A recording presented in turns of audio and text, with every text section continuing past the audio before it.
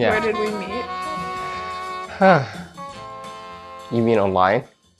When I got your text, I was sitting in this cafe just around the block here. And then I had inside me, if you remember that scene from Opera when Tom Cruise stood up on the couch and started dancing weirdly. So that scene is like I'm dancing inside myself. It felt that you're obviously an awkward, silly person. And in a natural way. Like you felt real and genuine and organic. Person. Yeah. Thanks. Yeah. Holy shit. Everything I have listed here is like so intense. I think the whole conversation should be intense. But also I think it's also the conversation we had about being a survivor and being a victim. Yeah. I mean, my experience towards these kinds of labels and terms is an experience has nothing to do much with sexual violence per se. So tell me more about what experience you're referring to. And you consider yourself a survivor in this regard. Like you feel that with this experience you had a choice to say either I'm a victim of it or I'm a survivor of it, and you use the term survivor. So in terms of experiences, I'm talking about political activism experiences where I will be in demonstrations or arranging for political meetings and they will get arrested, and then for sure to kind of midterm periods of detention, which you can call like incommunicado detention, which is like you have no access to the outer world. There are physical aggression towards you, inhumane and ill treatment. And which country? In Sudan. Yeah. Okay. The entity that uses violence against you, or the person is like, using violence against you, is not only being violent, but also not allowing you to resist or respond. So the vulnerability here have like this like kind of like multi-layers of, for example, someone slapped me on my face as part of the torture. I had the physical pain of it. I have this level of mental degradation. The other problem is that if this happened to me in the street, maybe I would respond, maybe I would fight back.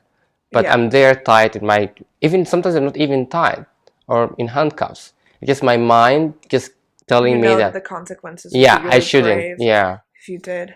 Well, then why, given the complete helplessness, why is it important to you to call yourself a survivor rather than a victim of that? Because victimhood almost, that connotes helplessness. First of all, it should be a self-identification thing. I don't think it's wrong for a person to choose being a survivor or to choose to be a victim. The way I chose to be a survivor, because I felt even if I'm receiving these things and make me feeling this like helplessness taking place in my situation, I always felt this level of like fulfillment that I'm doing this. I know why I'm doing this. I'm receiving this physical and mental pain for a cause I'm fighting for.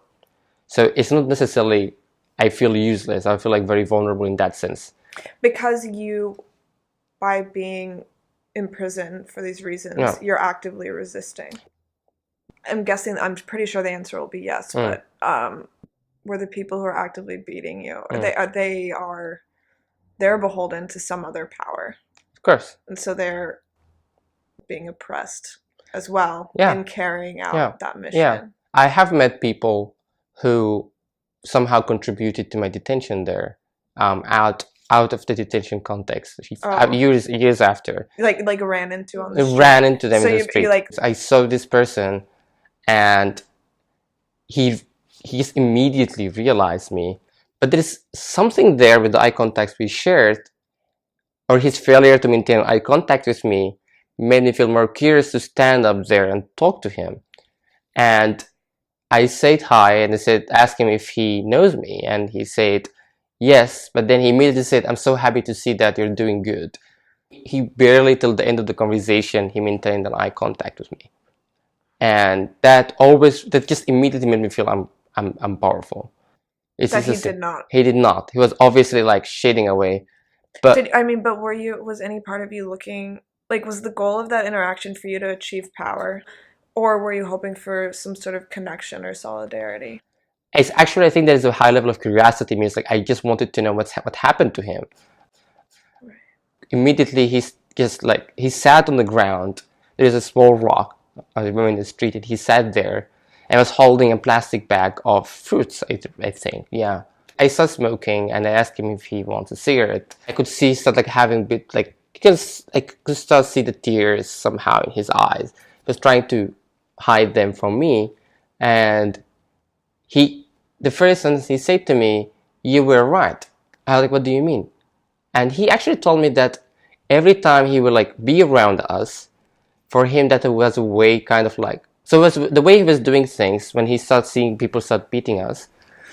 He will like start shouting of something and take us somewhere else. So apparently he was doing this to move us actually away from this like physical beating by the other soldiers and officers.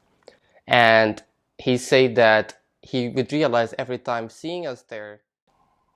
I feel like crying now because it's making me think about an experience I had. I was waitressing. One day I was working. It was like super hot out. And then guess who comes in to eat? My rapist from 10 years ago. And he's wearing a fucking nurse's uniform. I'm like, this guy's a nurse now? Like, who are you taking care of? And so this was an experience of seeing my abuser like out in the open years later. And just talking about it, I feel how I felt then, which is like, well, I felt then because he was actually my boyfriend when I was 17. I mean, I felt humiliated to see him because I felt like I looked like shit and I was working this shitty job and I wanted to be able to be like, I don't know, show my strength or my worth in the world. But I just felt so like ragged and bedraggled and unhappy with what I was doing. And obviously he saw me and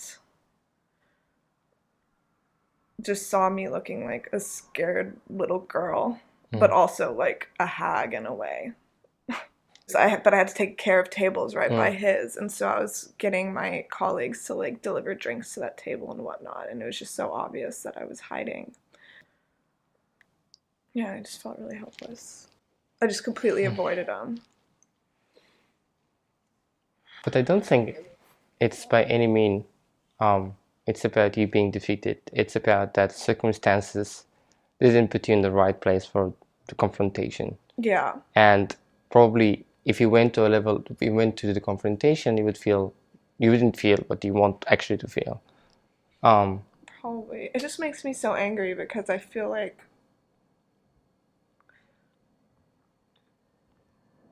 so many things in my life would be different if that hadn't happened, you know?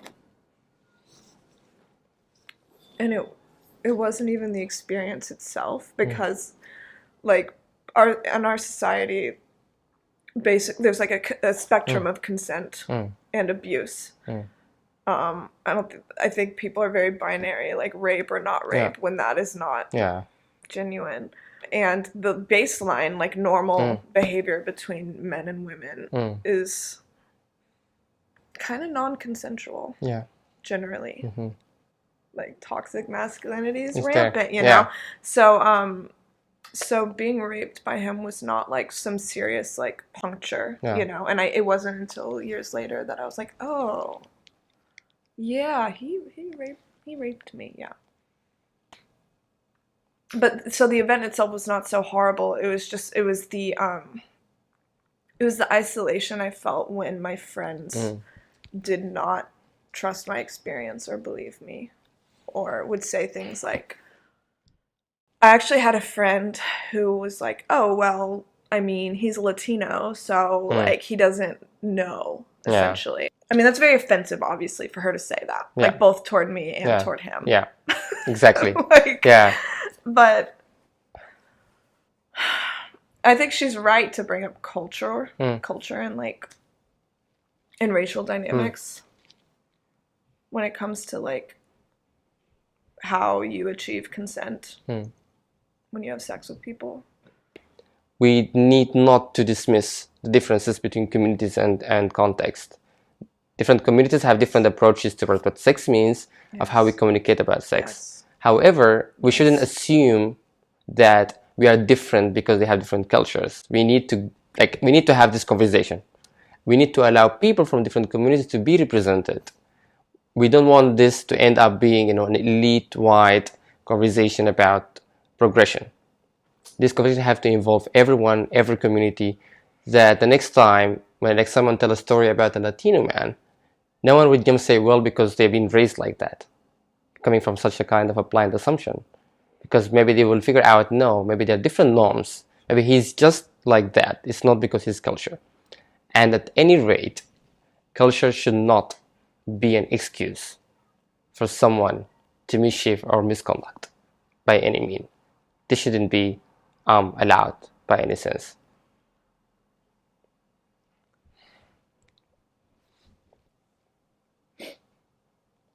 I think exposed. I think the whole point, sometimes we run from the fact of being vulnerable, is the idea of being exposed. But I think it's also good to feel mutually exposed with someone. Mm-hmm. And I get strength from you in that way. I know I'm so much. And me from you. Yeah. Mm-hmm. I think one of the things I'm enjoying about this conversation with you is the space to provoke new questions and to interrogate things I felt they're set in stone. And the importance of the conversation is reclaiming who we are, reclaiming that we are powerful creatures. But as powerful creatures, we are also allowed to have our vulnerable moments. It's part of us as human beings. A rapist or someone who's sexually harassing other people, or an interrogator or a racist person, all of them, they're oppressors, and all of them win. The first battleground they win is not your body, is your mind. And the liberation of your body and soul starts from there. And I like it.